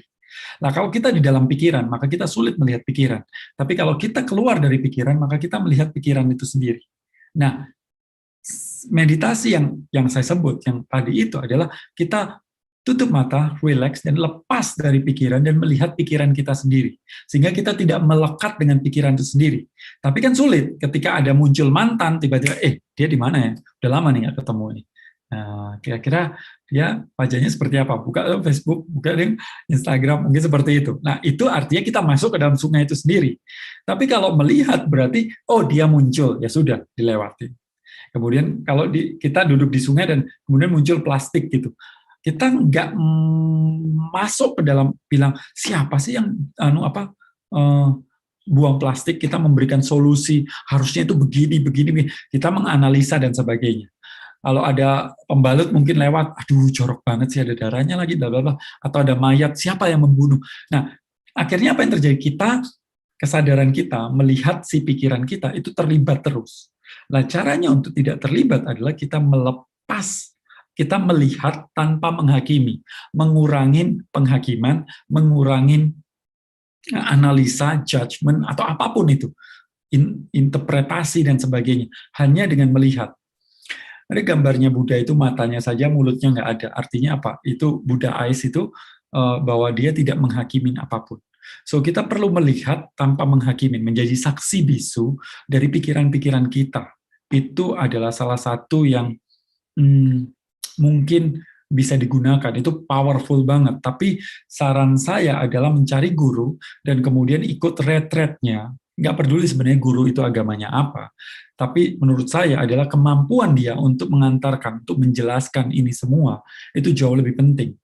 Eh, Bagi saya, berguru pada agama siapapun gurunya, buat saya itu nggak masalah, karena menurut saya kemampuan dia menunjukkan jalan itu jauh lebih penting daripada agama dia. Seperti itu. Nah, apa yang dari pengalaman saya itu adalah hal yang sangat powerful. Nah, kalau seandainya kita kayak seperti saya, Anda mengalami seperti saya yang suka meninggalkan kenangan di mana-mana gitu ya. Saya itu kan selalu seperti itu. Kalau pergi ke satu tempat, pasti aja ada yang ketinggalan. Tapi saya memaknain, saya suka meninggalkan kenangan gitu. Nah, apa yang terjadi? Kacau kan hati saya. Lah kekacauan hati saya ini tidak saya apa istilahnya buang gitu, dialihkan begitu. Tapi saya usahakan, ya nggak selalu sih. Tapi saya usahakan untuk menerima rasa itu. Jadi memeluk emosi itu. Bagaimana cara memeluk emosi sering saya sebutkan. Saya pernah bagikan juga di bincang-bincang bersama Kang Abu juga, atau di Instagram saya juga ada tentang hal itu. Tapi memeluk emosi adalah kita bersahabat dengan emosi itu sendiri. Jadi contohnya kalau ada yang ngetem, siapa marah, keluar kamu, saya nggak mau ketemu marah. Akhirnya apa yang terjadi? Walaupun kita nggak ketemu, tapi hubungan kita nggak nyaman di situ. Tapi kalau kita membuat si marah itu datang, nggak nyaman sih kalau dalam satu ruangan dengan si marah. Tapi kalau kita ngobrol, ajak ngobrol, dan sebagainya, kita bersahabat, maka dia tidak mengganggu lagi. So, itu mungkin step yang pertama, yaitu memeluk emosi. Kemudian yang kedua adalah maju ke meditasi untuk tidak melekat. Kalau di NLP itu disosiasi. Kita disosiasi dengan perasaan kita dan sebagainya. Nah, hukumnya di dunia ini menarik. Bahwa untuk tidak melekat, kita perlu memeluk. Untuk sebaliknya, ketika kita menolak, itu kita semakin dekat. Karena ada hukum, whatever you fight, you strengthen. Whatever you resist, persist. Apapun yang kita lawan, menjadi semakin kuat. Apapun yang kita tolak, itu kembali ke kita. Sehingga caranya, yaitu paradoks, yaitu kita peluk, maka dia akan mencair. Seperti bongkahan es jatuh ke laut, laut tidak menolak, tapi dia memeluknya, sehingga mencair. Sehingga cara untuk sebenarnya tidak melekat adalah sebaliknya, yaitu beranilah berhadapan dengan emosi-emosi itu, temuin emosi itu, bertemanlah dengan emosi itu. Nggak enak, memang nggak enak. Kenapa? Karena kita tidak terbiasa. Seperti itu. Jadi kalau orang bilang ikhlas, itu susah. Coba perhatikan. Saya melepas ini, saya mengangkat ini. Lebih gampang mana? Melepas atau ngambil? Kang, kira-kira. Lebih gampang melepas, lebih gampang melepas. Ya. Tapi kenapa ini sulit? Karena dalam kehidupan kita kan diajarin bagaimana mencapai, menggapai, meraih, harus juara satu, harus dapat ini, harus dapat ini. Sehingga ilmu kita untuk mendapatkan, mencapai, menggapai, itu kan luar biasa. Seperti saya contohnya hari ini bagaimana supaya rame nih, ya kan? Saya bikin pertanyaan yang ini, saya bikin apa kata-kata yang menarik, itu kan mencapai, menggapai, meraih kan, untuk mendapatkan follower lebih banyak contohnya. Ilmu kita untuk dapetin itu banyak banget. Iklan lah, apalah, banyak banget ilmu untuk mencapai. Kita S3 lah untuk mencapai, menggapai, meraih. Tapi ilmu untuk melepas, itu nggak pernah dipraktekkan. Lah, praktek saya bagaimana? Contohnya, buku saya itu tertulis copyleft. Jadi siapapun boleh ngopi, siapapun boleh berhak untuk mengganti nama saya dengan nama orang lain dan kemudian mengedarkannya. Kalau ketemu tulisan di WhatsApp group dan kemudian saya tahu itu tulisan saya karena mirip gitu atau hampir sama, dan kemudian ditulis di bawahnya adalah orang lain yang menulis, disitulah sebenarnya praktek melepas saya. Praktek ikhlas saya. Ketika saya kehilangan, ketika saya mendapatkan kemalangan, dan semuanya itu adalah prakteknya itu di sana. Nggak bisa kita baca kitab suci kemudian jadi sabar. Itu tidak mungkin. So, kemalangan, kedukaan, itu manfaatkan kejadian yang tidak sesuai dengan harapan kita untuk membuat hati kita menjadi lebih lebar atau semakin ikhlas. Tentu nggak gampang. Lagi-lagi, karena kita nggak pernah latihan itu sendiri. Kalau kita mau latihan, memanfaatkan itu, maka ya lebih gampang gitu. Jadi latih. Ya, saya rasa itu. Oke. Thank you Mas Gobin. Ini sedikit nyambung karena di teman-teman di YouTube ada yang nanya gini, bagaimana Mas Gobin mempraktekkan cinta ini kepada Rikpa katanya. Oh ini menarik nih. sama anak gimana mengajarkan kepada anak atau pasangan praktek dalam kesehariannya bagaimana untuk Ya, diaplikasikan. Silakan. saya sendiri punya beberapa gini. Manusia itu kan punya baik, buruk, benar, salah, betul kan? Di situ. Nah, ketika kita berhadapan dengan anak terutama, itu seolah-olah itu adalah bagian dari diri kita. Dan secara naluri, manusia itu kepingin menjadikan, secara naluri, kita kepingin menjadikan anak kita itu minimi. Ya kan? Otomatis. Karena kita tahu bahwa ini baik, ini buruk. Seperti itu. Otomatis dong, kalau saya agama Islam, saya kepingin anak saya Islam dong. Pasti otomatis kan? Seperti itu. Nah, otomatis caranya adalah kita mempengaruhi si anak itu secara sadar dan tidak sadar untuk membuat dia menjadi sesuai dengan saya, seperti itu. Karena saya berpikir saya itu baik orangnya, seperti itu ego, which is normal. Well, tapi di sisi lain bahwa kita juga perlu memberikan ruang untuk si anak. Tentu ini juga struggle bagi saya, tapi memberikan ruang yang lebih untuk dia memilih, itu adalah salah satu cara bentuk cinta menurut saya. Jadi itu sebenarnya memberikan ruang. Jadi gini, Kang, saya kasih contoh gini aja, paling gampang, analogi. Manusia itu karena bekerja lewat analogi. Ada satu biji asem, pohon asem, kecil kan bijinya, ya. Kecil. Nah, ketika kita tanam di pot, ya kan, potnya kecil, ya dia segini. Oke. Ketika potnya besar, dia akan tumbuh lebih besar. Kalau semakin besar, tanamannya jauh lebih besar. Kalau ditanam di tanah, maka dia akan tingginya luar biasa. Oke. Maksudnya di hamparan tanaman yang luas seperti itu. Tapi kita tahu bahwa ketika kita menanam si biji ini di hamparan luas, memang dia ada kemungkinan besarnya luar biasa. Tapi kemungkinan dia meninggal itu juga bisa karena ada dimakan oleh hewan, keinjak dan sebagainya seperti itu. So kita pertama dua cara. Yang pertama masukin ke pot yang kecil, kemudian membesarkan, besarkan, dan kemudian jadi lebih luas ya. Atau di tanaman luas tapi kemudian dikasih bambu-bambu, ya kan, supaya dia bisa tanam cukup kuat, cukup besar, ya pengaman, sehingga seperti itu. Saya rasa prinsip ini perlu seperti itu, bahwa nantinya dia memiliki kebebasan untuk menjadi dirinya sendiri, seperti itu. Namun nggak saya pungkiri bahwa beberapa hal itu saya masih kuat dengan prinsip saya, which is seperti itu, ya. Tapi kalau kita boleh membandingkan, saya memberikan kebebasan cukup luas juga untuk memilih apa. Jadi contohnya mereka kepingin basket, contohnya, ya saya beli ring basket karena saya udah punya kemampuan di sana. Ya udah seperti itu. Kemudian Papa bosen, kemudian dia mau pindah skateboard, terus dia pindah ini, pindah itu gitu ya. Sekarang pengen jadi YouTuber gitu. Nah, apa yang terjadi? Ya, saya pikir bahwa itu adalah sesuatu yang dia sedang cari. Sama seperti saya baru menemukan saya ini jadi pembicara atau penulis itu ketika usia udah hampir 40. Nah, selama sebelumnya itu kan kesana kesini nyari ini dan sebagainya. Nah, saya aja baru ketemu di situ, apalagi anak-anak yang masih 7, 8, 9 tahun seperti itu. Jadi masih berilah apa yang ditulis Gibran sih luar biasa. Gibran ini nggak punya anak sih ya, tapi dia udah nulis sesuatu yang luar biasa. Itu anakmu pun anakmu itu mungkin dibaca lagi, didalamin lagi, ya seperti itulah. Kita boleh seperti dia, tapi jangan biarkan dia seperti kita, seperti itu.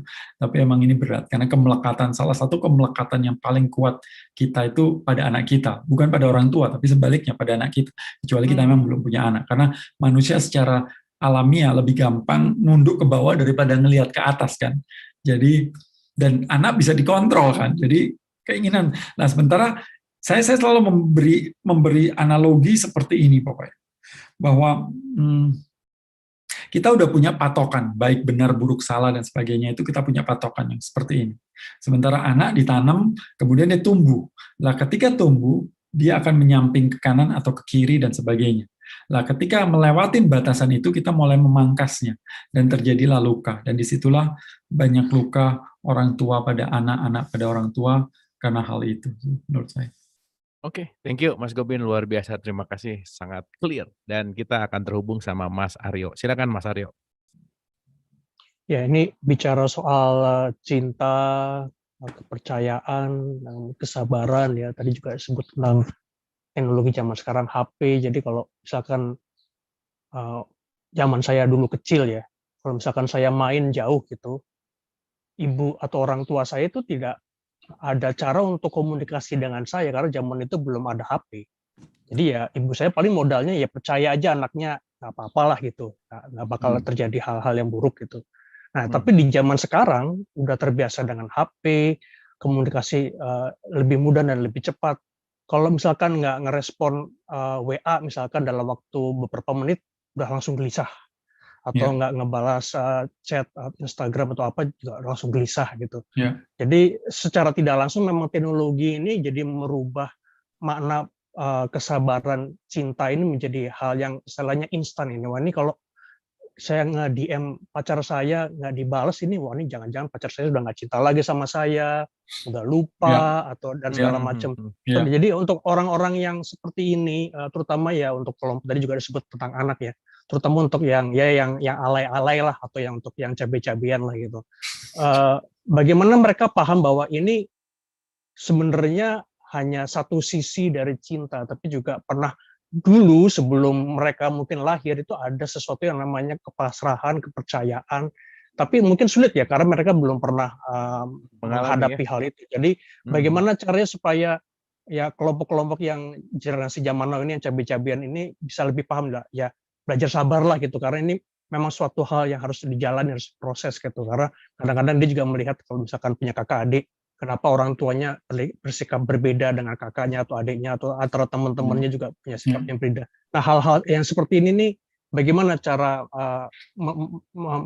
menunjukkan kepada kelompok ini bahwa ini hanya sebagai proses dan ya sabar saja lah, pokoknya asal niatnya baik ya jalankan saja. Jadi gimana sebenarnya? Itu saya pertanyaan saya. Terima kasih. Thank you Mas Aryo, terima kasih. Silakan Mas Gobin. Ya, dulu saya juga berpikir gitu untuk merubah dunia, kepingin membuat anak-anak muda menjadi lebih ini, lebih itu, dan sebagainya. Tapi kemudian setelah saya belajar cukup yang banyak dapat masukan sana-sini, tentang otak, tentang hormon, dan sebagainya, sangat-sangat mungkin bahwa kita itu berkembang, sampai umur berapapun berkembang. Kalau ada yang ngomong bahwa kromosom kita itu harusnya kita ini bisa hidup sampai 140 tahun, di mana umur 40 tahun itu dikatakan mapan, seperti itu, udah oke.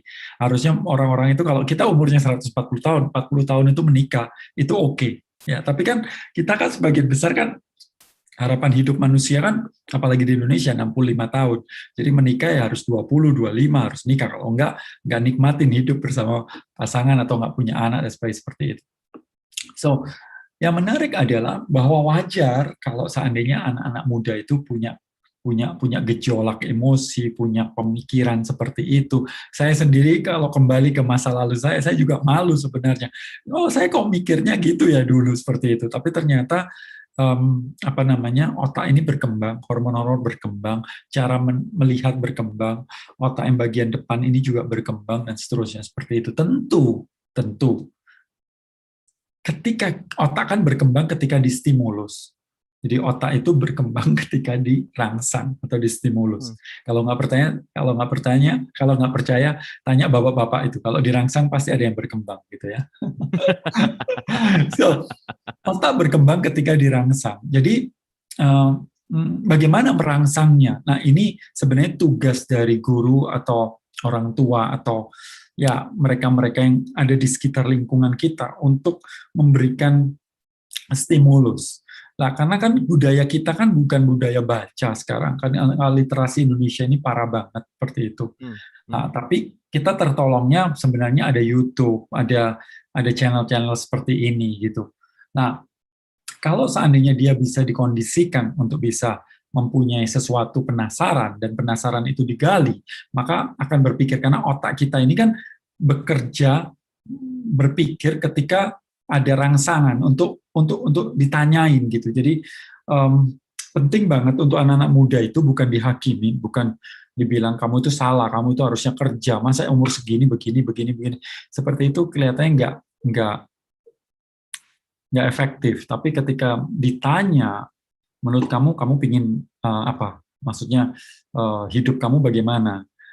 Jangan bilang 20 tahun kamu ke depan mau jadi apa. Kita loh 5 tahun ke depan, 2 tahun ke depan mau ngapain juga nggak tahu sebenarnya. Sebagian besar nggak tahu seperti itu.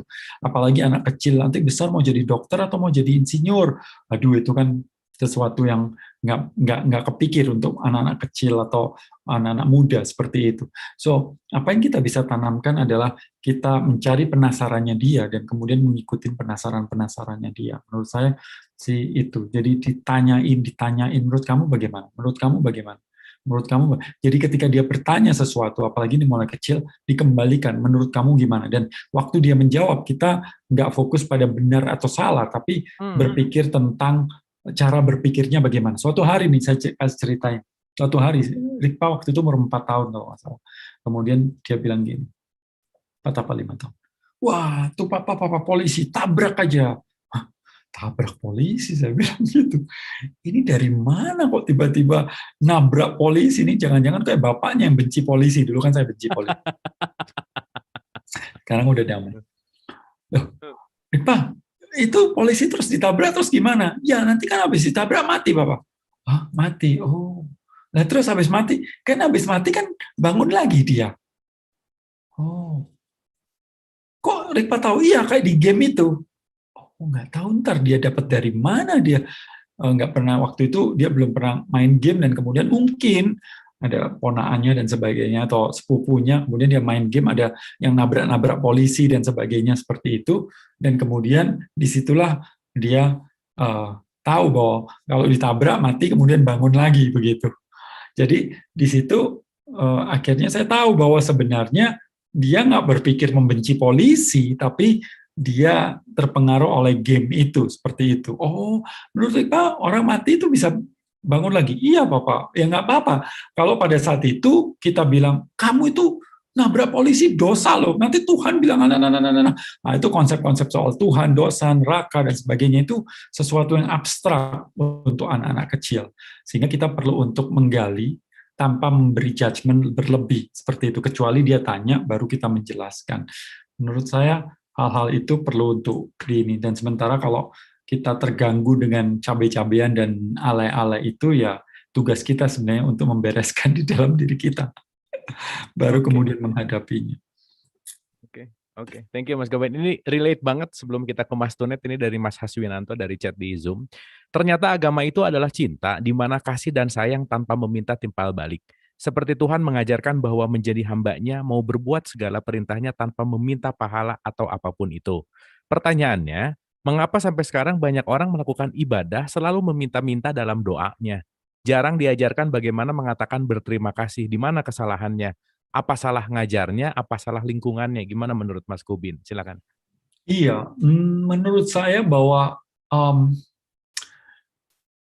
ini kan sama seperti trik dagang atau apa ya, di otak kita itu kan emang udah diajarin kalau apa namanya, seperti yang dijelaskan tentang konsep-konsep narkoba yang tadi saya katakan, bahwa kita waktu kecil dikasih narkoba kemudian dikurangin dan otomatis kita pingin dapatkan itu, sehingga apa yang terjadi ketika kamu nanti berdoa, nak, kamu nanti apapun yang kamu inginkan itu dapat. Nah, terus habis gitu kemudian dia memberitahu nih, tuh lihat tuh si ini, tuh rumahnya gedong, ini gini, dan kemudian dia berdoa dan kemudian dia dapat. Di sinetron juga begitu kan, ketika lagi kacau-kacaunya dan frustasi dan sebagainya, kemudian dia masuk ke gereja atau masuk ke tempat sembahyang dan kemudian dia kusuk gitu, dan kemudian di akhir sesinya selesai, dan kemudian kita mulai membuat cerita di kepala kita bahwa kalau kamu kesulitan dan kamu berdoa, karena kemudian Tuhan memberikan solusi pada semuanya.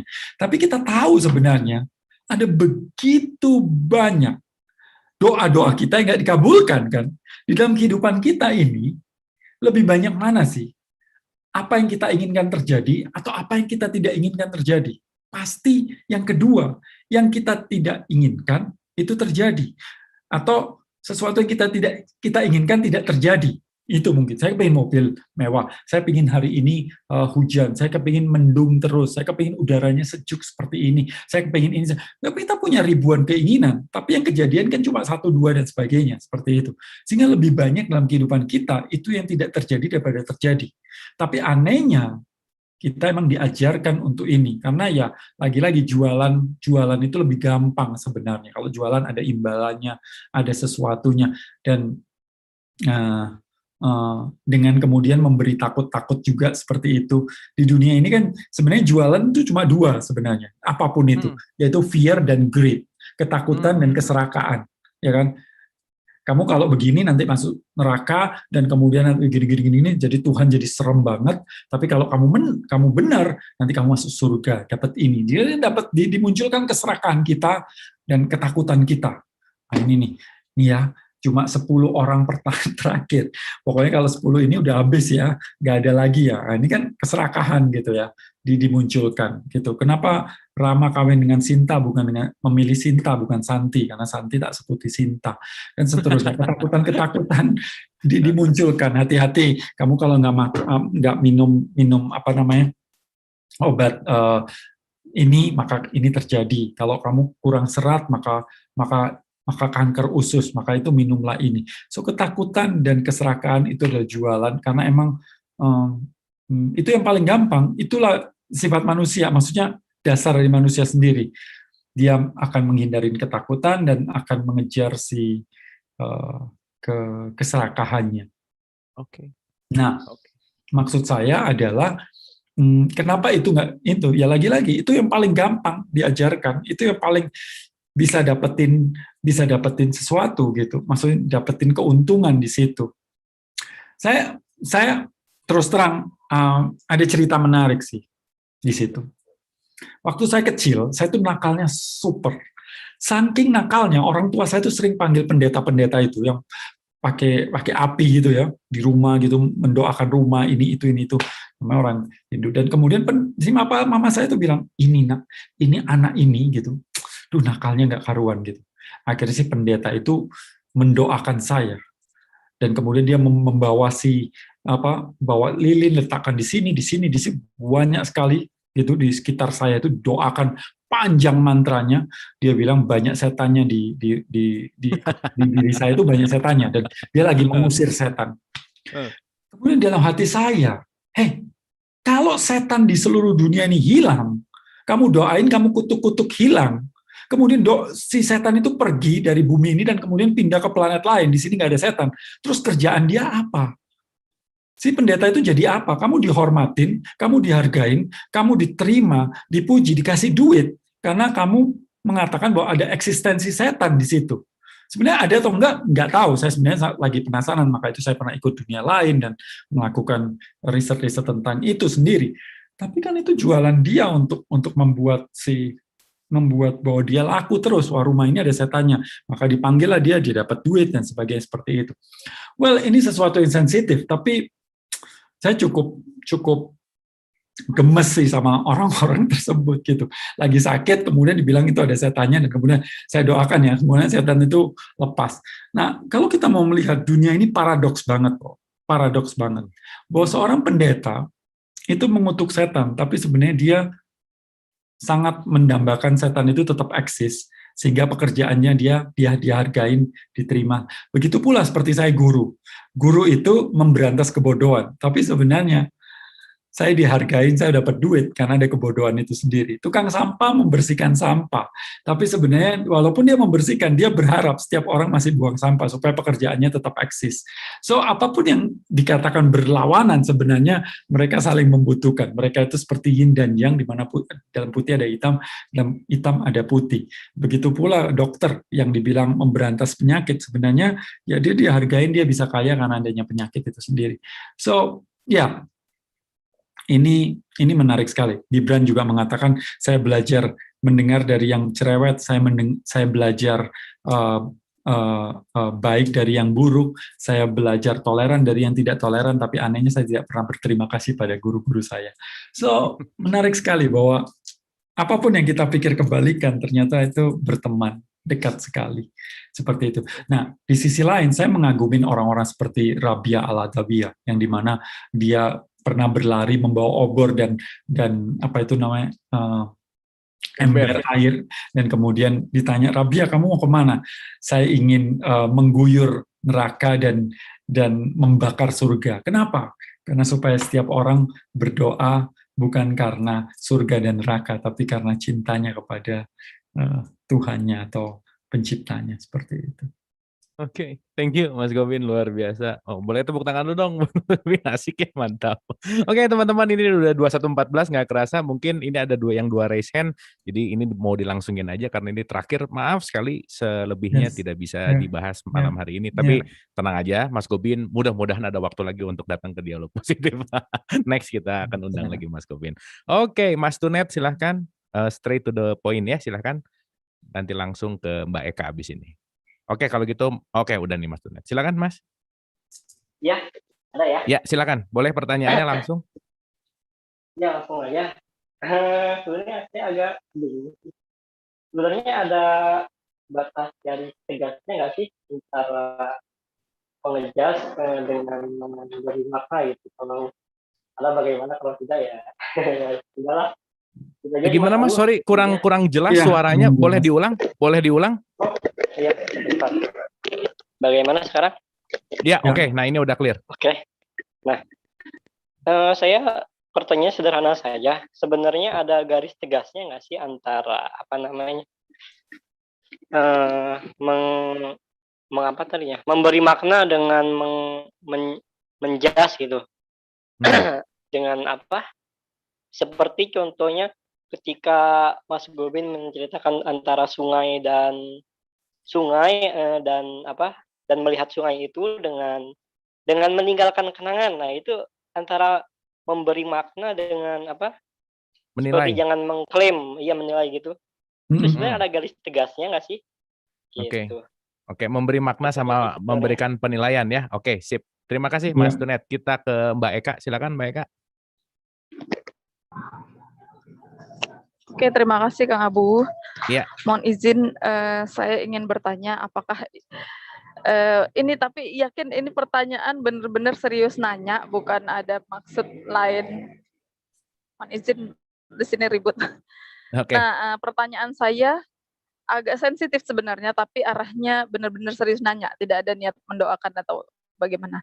Seandainya Rikpa atau Mbak istrinya Mas Gobin gitu ya, memilih kalau tadi berpindah agama kan banyak ya orang yang mengalami itu banyak dan sudah lebih legowo dibandingkan dengan kalau berpindah jenis kelamin. Nah, kira-kira seorang Mas Gobin itu akan terluka? Maaf ya Mas, ini asli bertanya karena saya masih melo kalau dapat masalah problem yang kecil-kecil aja masih melo, apalagi yang seperti itu. Jadi bagaimana kira-kira Mas Gobin menyikapinya gitu? Mohon izin ya Mas ya. Terima kasih banyak. Dengan case seperti itu gitu ya, kira-kira ya. Oke. Oh ya, worst case-nya lah kira-kira. Oke, silakan Mas Gobin, mau Mas Tunet dulu. Mengenai tegasnya ini, ya. Jadi tegasnya itu cuma ada atau tidak ada, begitu. Jadi kalau nggak ada penilaian, ya benar-benar clear, nggak ada apapun, gitu. Sementara kalau ada, ya apakah itu keras, halus banget, itu tetap ada penilaian seperti itu, motif-motif kenapa kita melakukan melihat itu. Maka itu sebenarnya yang tadi saya jelaskan tentang meditasi itu baru satu step. Sebenarnya ada step-step selanjutnya. Tapi saya tidak berhak untuk menjelaskan karena saya bukan guru meditasi itu sendiri. Tapi itu bayangan seperti itu. Tapi benar bahwa setelah kita melihat seperti itu dan kemudian kita merasa bahwa kita tidak menilai, sebenarnya menurut saya pada saat itu kita masih menilai seperti itu, dan masih ada step-step lanjutannya sampai lagi-lagi Buddha itu ketika kita melihat nih ya, plak, handphone gitu ya, handphone. Ini kan kita berpikir handphone, saya melihat handphone. Nah, dia bisa menguraikan sampai 6 step Bahwa pertama mata saya melihat, kemudian muncul persepsi, muncul memori, muncul ini, muncul ini. Nah, itu ada step-stepsnya sehingga saya mengatakan ini handphone, seperti itu. Nah, kita tentu belum bisa, mungkin baru di tahapan ini. Tapi kalau terus sampai ada satu garis titik yang dimana benar-benar hanya melihat saja. Tidak ada prasangka, tidak ada apapun, tidak ada baik, tidak ada buruk, tidak ada benar, tidak ada salah, yang which is Rumi mengatakan di atas benar baik buruk, itu ada sebuah taman, ayo kita ketemu di sana. Nah, itu orang udah gelarnya S4. Sakit senyum, sehat senyum. Senang syukur, susah syukur. Setiap saat selalu sempurna, setiap saat selalu syukur, setiap saat. So, orang-orang tersebut gelarnya S4 gitu loh. Nah, kita ini kan masih udah jauh banget lah, masih dualisme dan sebagainya seperti itu. Oke, itu yang pertama. Yang kedua, Mbak Eka, ini pertanyaan benar sensitif ya, saya tahu. Tapi begini Mbak, bagi setiap orang itu punya sensitivitas masing-masing di setiap dirinya. Kalau saya mau pindah agama, mau jadi ateis, fine. Bagi saya, anak saya mau jadi ateis, nggak apa-apa. Oke, malah saya beliin buku-buku ateis, nih baca. Kalau mau jadi ateis yang benar, jangan setengah-setengah. Menurut saya seperti itu. Kalau dia pindah kelamin, juga buat saya tidak masalah. Sampai sekarang ya kesadaran saya, kalaupun dia bilang, Pak, aku seorang gay, saya lebih suka laki-laki gitu. That's fine bagi saya seperti itu. Jadi saya dari Pak, kamu itu berdosa bla bla bla. Nah. Itu bagi saya bukan sesuatu yang sesuatu yang saya minta juga, tapi bukan sesuatu yang menurut saya sampai sekarang itu membuat saya akhirnya saya akan paksakan dan sebagainya. Yang sangat berat bagi saya, ini sesuatu yang sangat berat bagi saya, yang mungkin paling berat ya, di antara begitu banyak hal, sebenarnya ini bagi orang lain nggak berat, tapi bagi saya itu berat, yaitu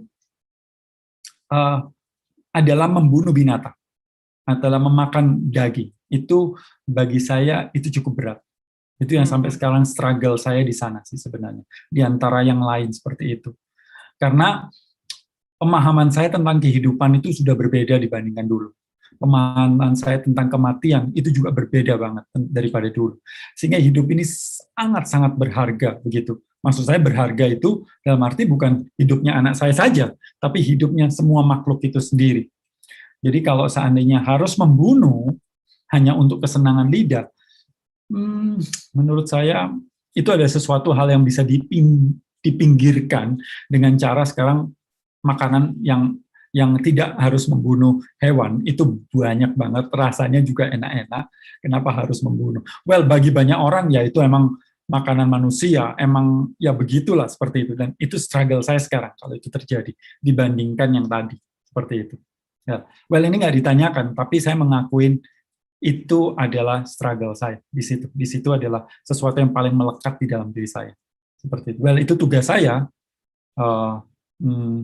untuk membereskan itu di dalam diri saya, bukan tugas dia sebenarnya, tugas saya. Ya. Oke, thank you Mas Gobin, so beautiful, mantap, luar biasa.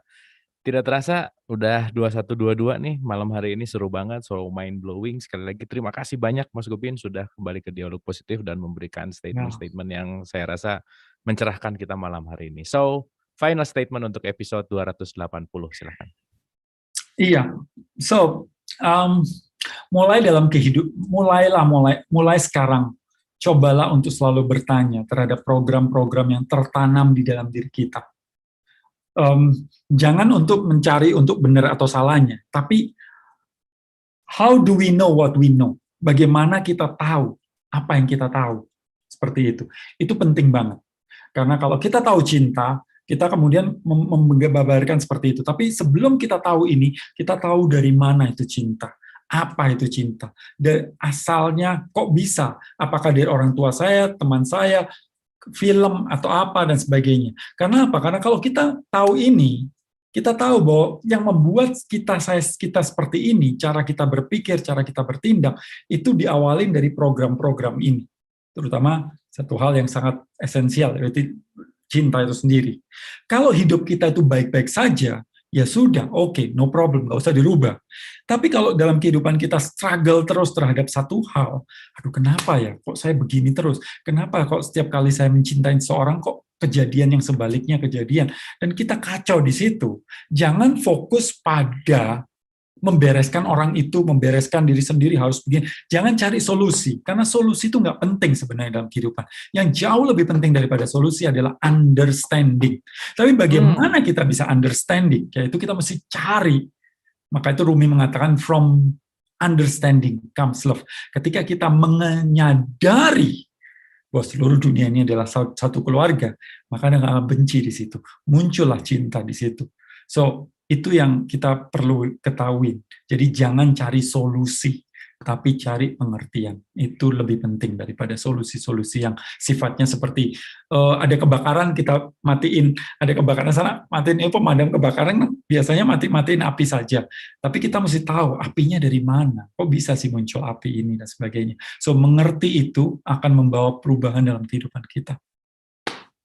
Oke, terima kasih Mas Gobin. Boleh tepuk tangan untuk Mas Gobin. Terima kasih, sehat selalu Mas Gobin, dan tetap semangat untuk memberikan inspirasi kepada kita-kita semua.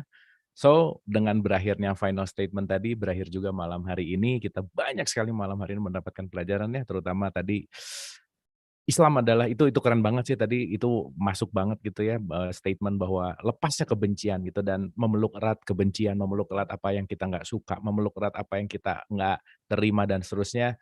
Disitulah fungsi dari bagaimana kita justru melakukan cinta itu sendiri. Cinta bukan memiliki tetapi bukan juga melekat, tetapi bagaimana melepaskan. Dan yang paling penting tadi adalah bukan mencari solusi, tetapi poinnya adalah understanding. Terima kasih Mas Gobin, semoga bermanfaat semuanya. Mohon maaf lahir dan batin. Wabillahi taufiq wal hidayah. Assalamualaikum warahmatullahi wabarakatuh. Sampai ketemu besok di jam dan channel yang sama. Terima kasih semuanya. Kita izin, Mas Gobin izin foto sebentar ya. Kita foto semua sama-sama seperti biasa. Ibu dan Bapak nggak tahu ada di page berapa, pokoknya hitungan ketiga senyum aja. 1, 2, 3.